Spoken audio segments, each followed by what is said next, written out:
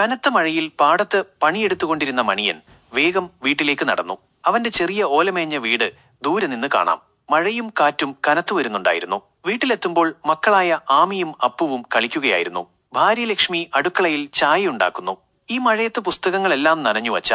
അപ്പുവിന്റെ വാക്കുകൾ കേട്ട് മണിയൻ ചുറ്റും നോക്കി. മേൽക്കൂരയിൽ നിന്ന് വെള്ളം പലയിടത്തും ചോരുന്നുണ്ട്. കുട്ടികളുടെ പുസ്തകങ്ങളും വസ്ത്രങ്ങളും നനഞ്ഞിരിക്കുന്നു. മണിയൻ ലക്ഷ്മിയുമായി സംസാരിച്ചു. ഈ മഴക്കാലം ഇങ്ങനെ പോയാൽ ശരിയാകില്ല. ഒരാഴ്ചത്തേക്ക് നമുക്ക് എന്റെ അമ്മാവന്റെ വീട്ടിൽ പോയി നിൽക്കാം. നാളെ സ്കൂൾ വിട്ട് വരുമ്പോൾ ഒരുമിച്ച് പോകാം, മണിയൻ പറഞ്ഞു. ലക്ഷ്മിയും കുട്ടികളും സമ്മതിച്ചു. ഒരാശ്വാസത്തോടെ അവർ ആ രാത്രിയെ നേരിട്ടു. പിറ്റേന്ന് രാവിലെ മണിയൻ തന്റെ മക്കളായ ആമിയെയും അപ്പുവിനെയും സ്കൂളിലേക്ക് യാത്രയാക്കി. അവർ പോയതിനു ശേഷം ഭാര്യ ലക്ഷ്മിയുമൊത്ത് തലേദിവസം തീരുമാനിച്ചതുപോലെ അമ്മാവന്റെ വീട്ടിലേക്ക് കൊണ്ടുപോകാനുള്ള കുറച്ച് വസ്ത്രങ്ങളും കുട്ടികളുടെ പുസ്തകങ്ങളും എടുത്ത് ഒരു ബാഗിലാക്കി വെച്ചു. വീടിന്റെ ചോർച്ച കാരണം സാധനങ്ങൾ നനയാതിരിക്കാൻ ശ്രദ്ധിച്ചു.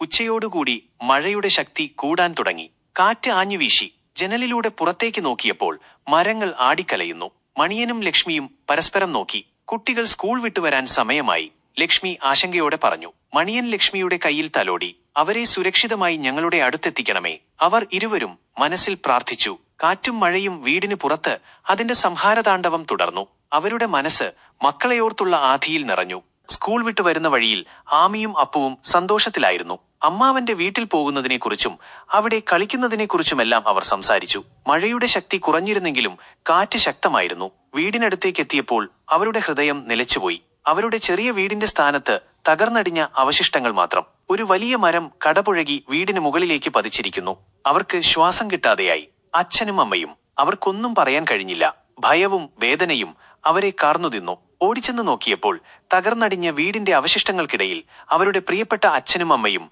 ജീവനില്ലാതെ കിടക്കുന്നത് അവർ കണ്ടു. അവർക്ക് ഒരക്ഷരം പോലും ഉച്ചരിക്കാനായില്ല. തലേദിവസം രാത്രിയിലെ തീരുമാനം അവരെ രക്ഷിച്ചെങ്കിലും മാതാപിതാക്കളെ നഷ്ടപ്പെട്ട ദുഃഖം അവരെ തളർത്തിക്കളഞ്ഞു. ആമിയും അപ്പുവും പരസ്പരം കെട്ടിപ്പിടിച്ച് പൊട്ടിക്കരഞ്ഞു. മഴ വീണ്ടും കനത്തു. അവരുടെ കണ്ണുനീർ മഴവെള്ളത്തിൽ അലിഞ്ഞു ചേർന്നു. ആ രാത്രി അവർക്ക് ഇരുട്ടിന്റെയും നഷ്ടബോധത്തിന്റെയും പേടിപ്പെടുത്തുന്ന ഓർമ്മയായി മാറി.